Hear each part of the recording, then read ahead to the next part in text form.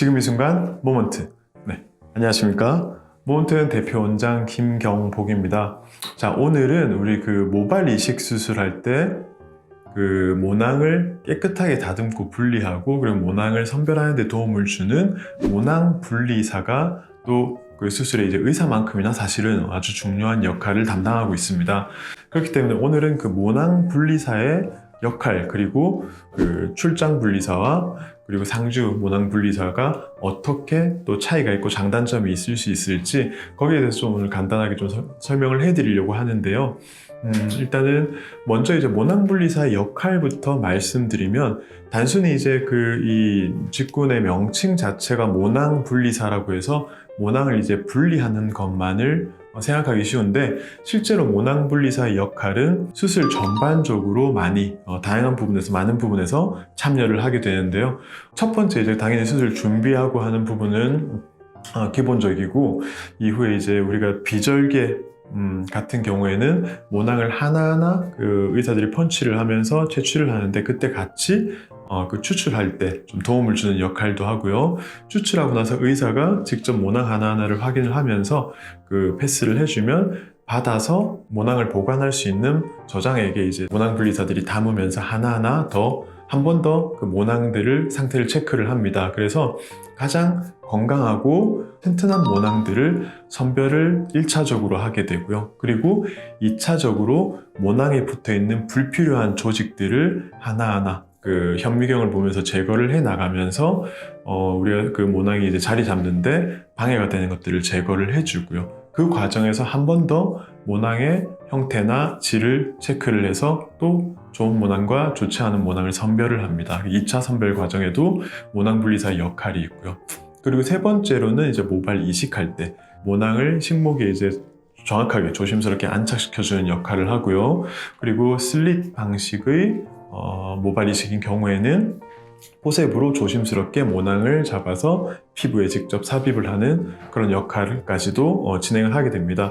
우리가 모낭 분리사라고 하면 많은 분들이 이제 커뮤니티나 이제 여러 그 인터넷을 통해서 정보를 얻으시겠지만, 저희 병원은 상주 모낭 분리사가 항상 같이 팀워크를 이루고 있습니다 라는 병원이 있고, 어떤 곳에서는 이제 외부 분리 인력들이 와서 이제 도움을 주고 있습니다 라는 병원이 있는데, 과연 상주 모낭 분리사와 외부에서 오는 외부 모낭 분리사 어떤 그 차이가 있고 혹은 뭐 장단점이 어떻게 되는지 오늘 좀 간단히 말씀을 해드리면, 일단은 그 상주 모낭 분리사가 가지고 있는 장점이라고 하면, 의사들이 수술을 하면서 어떤 위치에 어떤 모낭을 배치를 하고 어떤 위치에 어떤 모낭을 배치를 할지 이미 잘 알고 있기 때문에 거기에 맞춰서 모낭들을 잘 선별해낼 수 있는 그런 그 장점이 있고요. 그리고 그 각 의사들마다 이제 그 추구하는 그런 아주 미묘한 차이점들이 있는데, 그게 사실은 의사들마다 약간씩은 선호도가 다를 수가 있습니다. 생존율에 큰 차이가 없다고 하더라도요.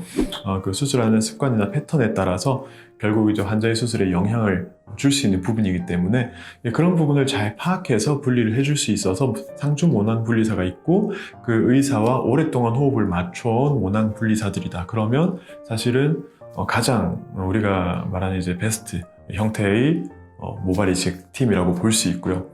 다만 이제 그렇지 못한 경우에는 이제 인력이 부족하다든지 다른 이유로 뭐 결혼이 있다든지 아니면 아예 그 모낭 분리사가 양성이 되지 않는 이런 그 시스템인 병원인 경우에는 외부에서 출장 분리사가 와서 모낭을 분리하고, 그리고 이제 다소 크고 작은 부분들에 이제 그 수술에 관여를 할 수 있게 되는데, 일단 장점이라면 여러 병원을 다니면서 모낭을 분리를 하기 때문에 아주 다양한 패턴의 그 모낭 분리, 그리고 다양한 형태의 그 원장의 기호에 맞춰서 수술을 좀 어느 정도 진행을 할 수 있다는 게 장점이 되고요.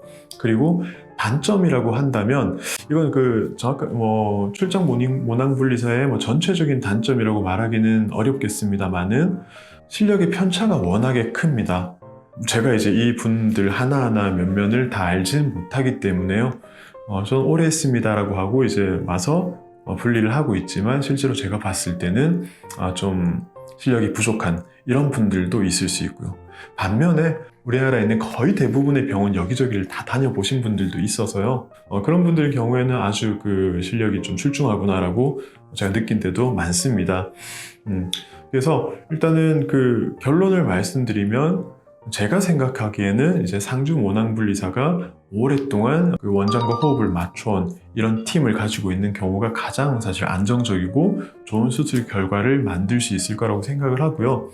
오랫동안 호흡을 맞춰온 그 모낭 분리 팀이 없는 경우라면 외부 분리사들이 와서 도움을 줄 수가 있게 되고요. 외부 분리사들의 실력은 편차가 워낙에 있기 때문에 평균적인 부분에 대해서는 조금 그 불완전한 결과를 초래할 수 있지 않을까. 그런 정도의 단점이라면 단점 있을 수 있다고 생각을 합니다. 속 시원하게 말씀드리기 쉽지 않은 내용이긴 합니다만은 상중 모낭 분리사 그리고 외부 모낭 분리사 어떤 좀 차이가 있는지에 대해서 오늘 좀 간단하게 말씀을 드렸습니다. 네, 감사합니다.